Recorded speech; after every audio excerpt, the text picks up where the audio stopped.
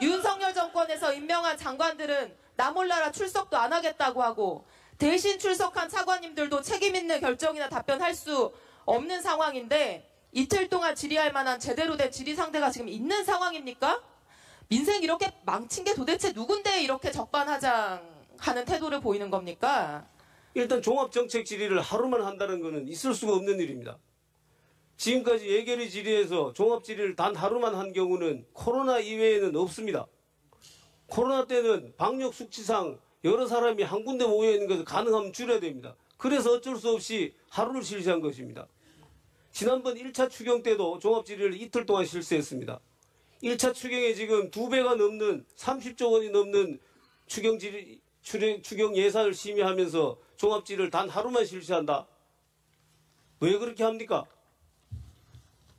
우리가 국회에서 심의하는 것을 방해하기 위해서 그렇습니까? 그렇게 합니까? 그 다음에 질의 시간도 지금 일방적으로 예결위원장이 10분으로 공지를 했습니다.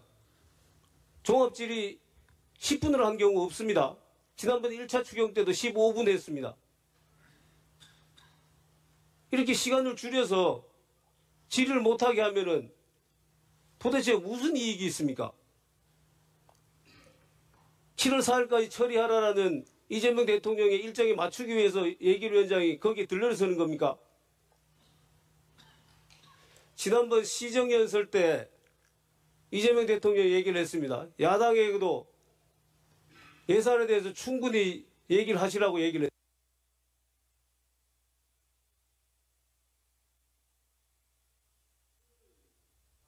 마이크 더 주세요. 네, 마이크 더 켜드리세요.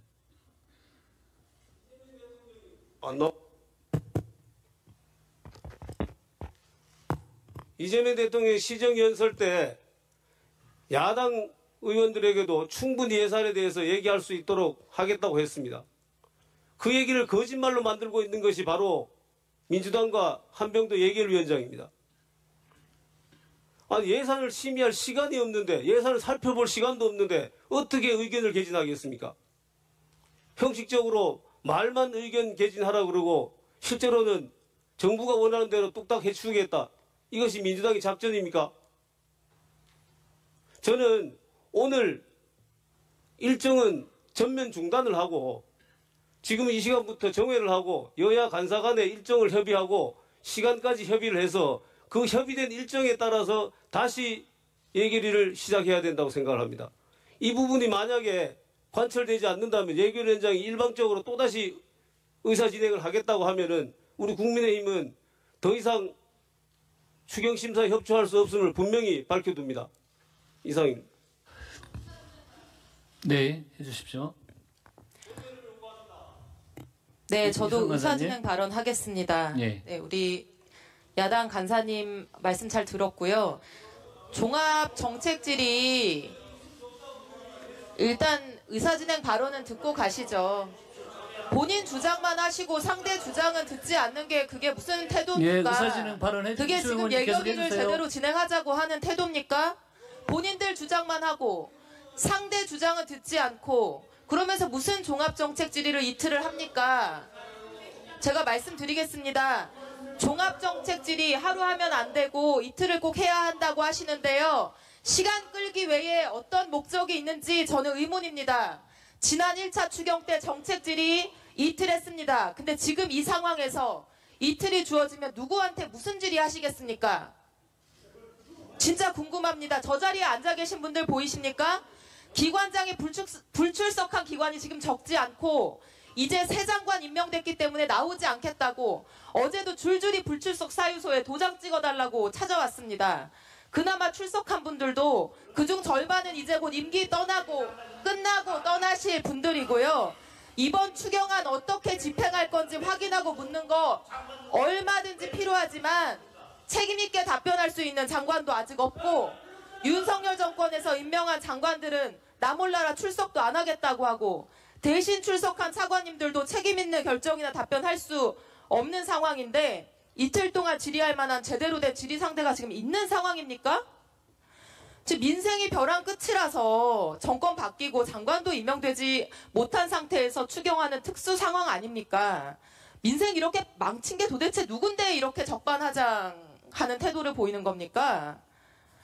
이런 상황에서 정부에 대한 정책질이 이틀이나 하는 게 무슨 의미가 있다는 것인지, 아니면 정말 질의가 아니라 그냥 새 정부의 추경안이 못마땅해서 시간이나 더 끌어서 방해하겠다는 것이 아닌지 저는 정말로 궁금합니다. 그리고 이렇게 시간을 끌면 그 피해는 고스란히 국민들에게 갑니다. 어제도 저희 지역에 식당 사장님 한 분이 다가오셔서 소비 쿠폰 언제 지급되냐고 물으셨습니다. 몇 달째 손님이 없어서 근근히 버티고 있는데 그것만 기다리고 있다고 합니다. 아마 비수도권은 더 심각할 겁니다. 그분께 제가 말씀드렸습니다. 어떻게든 이번 주 안에 반드시 국회 통과시켜서 오래 기다리시지 않게 해드리겠다고 했습니다. 국민의힘 의원님들도 지금 퇴장을 하셨지만 부디 협조해 주십시오. 의원님들 지역구에도 정부의 조치를 몇 년이나 못 빠지게 기다리고 지금 폐업을 앞두고 있는 소상공인들, 자영업자 계시지 않습니까? 부탁드립니다. 이상입니다. 예. 아까 야당 의원님들 뭐 주장과 관련해가지고요. 우리 이소영 간사님께서 이제 간사님이 선임 되신 만큼 양당 간사님께서 원활한 회의 진행을 위해서 밖에 나가서 그 간사님 그 야당과 협의를 좀 의사 일정 관련해서 협의를 좀 해주시기 바랍니다. 그리고 추경 심사 뭐 하루 한 적이 없다고 하는데 그렇지 않습니다. 2017년, 2018년, 2019년 아니 18년까지 다 하루 진행을 했고요. 2020년 제1회, 2회, 3회, 4회 모든 추경 심사를 하루 만에 끝낸 적이 있습니다. 코로나 때만 진행했다는 말씀은 맞지 않는 말씀이고요. 그리고 지금 예산 독재라고 말씀하시는데 이미 지금 상임위 법사위 이야기를 또 하고 그럽니다. 법사위는 이미 전 후반기 여야가 합의된 사항입니다. 그리고 상임위 협상을 하려면 내년에 하셔야죠. 왜 그 이야기를 지금 꺼내십니까?